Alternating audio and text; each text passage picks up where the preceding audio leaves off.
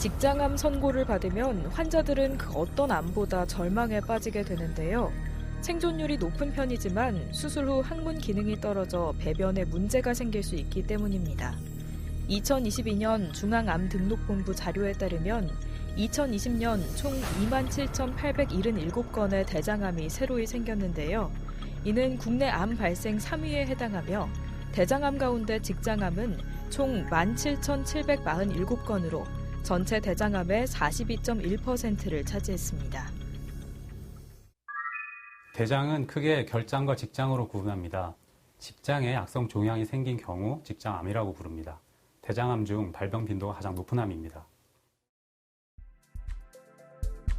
직장암을 유발하는 위험 요인으로는 흡연, 과도한 음주, 육류 위주 식사가 꼽힙니다. 직장암은 유전적인 요인도 있는데 가족이나 친척 중에 이른 시기에 직장암 진단을 받은 사람이 있다면 젊더라도 정기검진을 철저히 해야 하는데요. 현재 대장내시경 검진 지침은 50세부터이지만 가족력이 있다면 30, 40대더라도 한 번쯤은 대장내시경 검사를 하는 것이 좋겠습니다. 직장은 항문 바로 전에 위치하고 또한 대변이 모이는 곳입니다. 그렇다 보니 직장에 암이 생기면 초기엔 증상이 없겠지만 종양이 커지면서 혈변이나 점액이 섞인 변을 보실 수도 있고 또 이 종양으로 인해 직장이 좁아져서 변이 가늘어지거나 변을 보아도 시원하지 않은 느낌이 들 수 있습니다.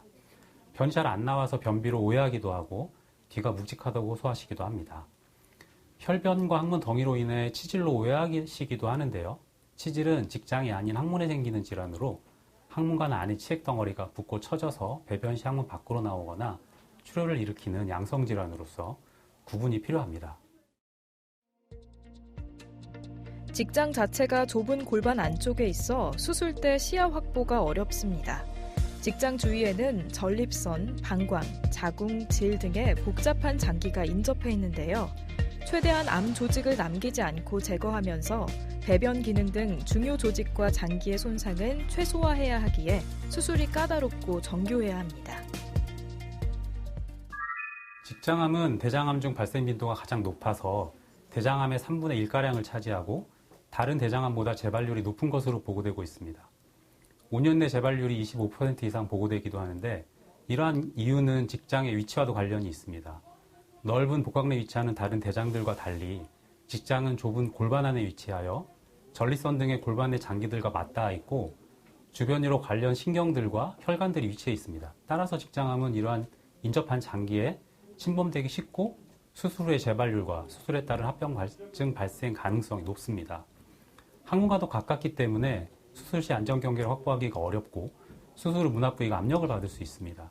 그래서 직장암 수술 후 문합부 합병증 발생률은 많게는 20% 이상 보고되고 있습니다. 초기 직장암의 경우는 바로 수술하지만 2기, 3기 진행성 직장암의 경우엔 방사선 혹은 방사선 항암 치료를 먼저 한 다음에 수술합니다. 직장암은 특히 방사선 치료에 반응이 좋은 편인데요. 암이 줄어들면 수술이 수월해지고 항문을 보존할 수 있는 확률이 높아지며 재발이나 전이 위험이 줄어듭니다. 하지만 여전히 직장암을 진단받은 환자와 가족은 인공 항문에 대한 걱정을 지울 수 없는 것도 사실입니다. 예전에는 직장암의 위치가 항문과 가까우면 안전한 경계를 확보하기 위해 직장과 함께 항문을 없애고 영구적으로 인공항문을 다는 경우도 적지 않았습니다. 그러나 지금은 수술 기구와 술기가 발달하고 방사선 치료 등을 통해 종양의 크기를 줄여서 항문을 보존하는 경우가 많아졌습니다. 그러나 항문 괄약근을 침범했다거나 방사선 치료 후에도 안전한 경계가 확보되지 않으면 항문을 같이 제거하고 영구적인 인공항문을 만들어야 합니다. 또한 위와 같은 경우가 아니라도 수술 후 안전하게 수술 부위가 회복되게 하기 위해서 일시적으로 인공항문을 다는 경우를 추천하는 경우들이 있습니다. 문합 부위가 항문에 너무 가깝다거나 수술 전 방사선 치료를 받았을 경우가 이에 해당하겠습니다. 또 골반이 좁은 남성의 경우에 더 인공항문을 추천하기도 합니다.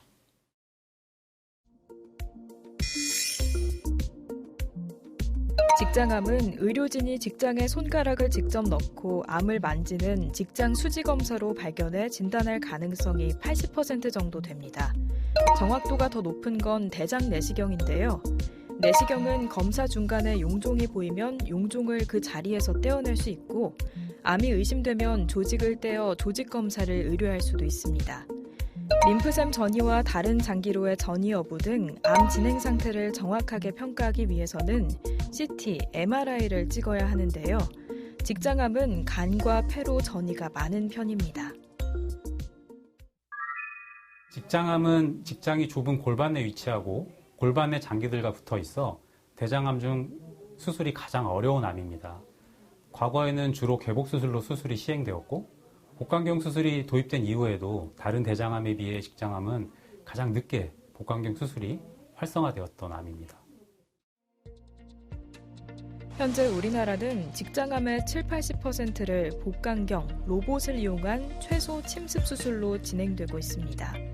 전 세계적으로 절반 정도의 환자에게만 최소 침습 수술을 하는 것과 비교했을 때 한국은 최소 침습 수술에 적극적인 편인데요.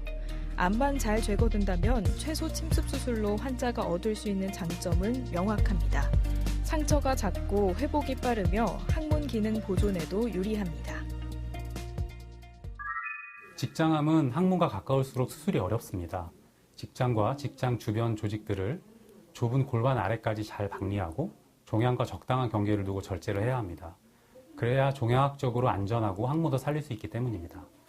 하지만 이러한 수술 설계는 복강경 수술로도 어려운 경우가 많았는데요. 최근에는 로봇 수술이 도입되면서 훨씬 더 쉽고 안전하게 이러한 설계가 가능해졌습니다. 그래서 최근 20여 년간의 대장암 수술 통계를 보면 대장암 수술 중에서도 유독 직장암 수술에서 로봇을 이용한 수술 건수가 꾸준히 증가하고 있습니다. 직장은 변을 저장했다가 배설하는 역할을 하기에 항문을 보존했다 하더라도 항문 괄약근 기능이 저하될 수밖에 없는데요. 이에 따라 환자의 60에서 90%는 수술 후 변실금, 잦은 배변, 급박변 등의 배변 장애를 겪을 수 있고 배변 장애로 외출이 어렵고 일상생활에 지장을 받는 경우도 많습니다. 수술 후 1, 2개월 동안은 회복이 우선이기 때문에 고혈당 음식이라도 잘 드시는 것이 좋습니다. 이후 회복 후에는 대장에 친화적인 식이요법과 규칙적인 운동 그리고 꾸준한 수면 습관을 유지하는 것을 추천드리고 주치의 처방에 따라 꾸준히 추적 검사도 받으시면 되겠습니다. 직장암 수술 후에는 변을 저장하는 직장이 없어지기 때문에 변을 자주 보게 되고 봐도 많이 나오지 않고 가벼운 변실금이 생길 수도 있습니다. 이러한 경우 주치의와 상의하여 약물을 통해 어느 정도 증상을 조절해 볼 수 있겠으며 이와 함께 식이요법과 생활요법을 병용하시는 것이 좋습니다. 변이 뭉치고 장 운동을 일정하게 해주는 섬유질 섭취를 늘리고 규칙적인 식습관 및 배변 습관을 유지하시는 것이 좋습니다. 또한 케겔 운동이라고 하는 항문 괄약근 운동을 꾸준히 해서 항문 근육을 강화하도록 노력하는 것도 좋습니다. 여기서 잠깐 잘못된 의학 상식을 바로잡아 건강도 지키고 상식도 키우는 Yes or No. 직장암 유전자 검사는 항암제 선별 검사라는데 사실인가요? Yes. 일반적인 항암제 외에 표적 항암제라는 것이 있는데요. 유전자 검사 결과에 따라 표적 항암제가 달라집니다. 진단 당시 전이가 있다거나 수술 후 추적 검사 중에 재발이나 전이가 있을 경우에는 일반적인 항암제와 함께 표적 항암제를 병용하여 항암 치료를 받는 것이 예후가 더 좋습니다. 잘못된 의학 상식 깨치기 Yes or No 두 번째. 직장암 치료 후 성기능 장애가 올 수 있나요? Yes.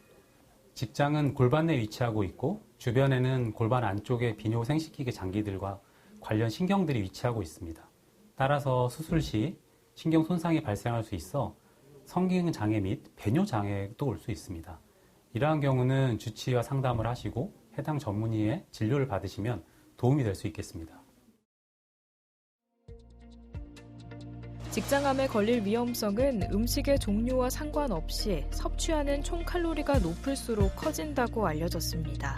더불어 팝콘, 감자튀김, 라면, 냉동피자, 도넛 등 트랜스 지방산이 많이 함유된 음식을 먹으면 직장암 발생 위험이 의미 있게 증가한다는 연구 결과가 있는데요. 트랜스 지방산은 식물성 지방을 굳게 만들고 산패를 막기 위해 수소를 첨가하는 과정에서 생성되는데 고온의 기름으로 조리하는 과정에서도 만들어집니다. 건강한 식습관이 중요합니다. 음식은 육류는 줄이고 특히 햄, 소세지 같은 가공육을 피하는 게 좋습니다. 섬유질이 많은 음식과 저지방 유제품도 예방에 도움이 되는 것으로 알려져 있습니다. 음주와 흡연은 대장암 발생 위험을 증가시키는 것으로 알려져 있어서 삼가하시는 것이 좋겠고, 규칙적인 운동은 장운동과 비만 예방에 도움이 됩니다. 이와 같은 건강한 식습관이나 생활습관도 중요하지만 나이가 들면서 대장암의 발생률이 높아지는 것은 어쩔 수 없겠습니다. 따라서 건강검진을 잘 받고 특히 대장내시경을 정기적으로 받으셔서 용종절제술 등을 통해 미리 예방하거나 조기에 발견을 해서 더 쉽게 치료할 수 있도록 하는 것이 중요하겠습니다. 직업의 종류도 직장암과 관련이 있을 수 있습니다. 온종일 앉아서 일하는 등 육체적 활동이 적은 직업에 종사하는 사람은 직장암 위험이 커지는 만큼 평상시 운동 등을 통해 몸을 자주 움직이며 직장암 예방에 힘써야겠습니다. 더불어 과도한 음주도 직장암 위험을 키우므로 자제하는 것이 좋겠습니다. 메디컬 플러스 오늘 준비한 소식은 여기까지입니다. 다음 시간에 새로운 소식으로 다시 찾아오겠습니다. 시청해주신 여러분 고맙습니다.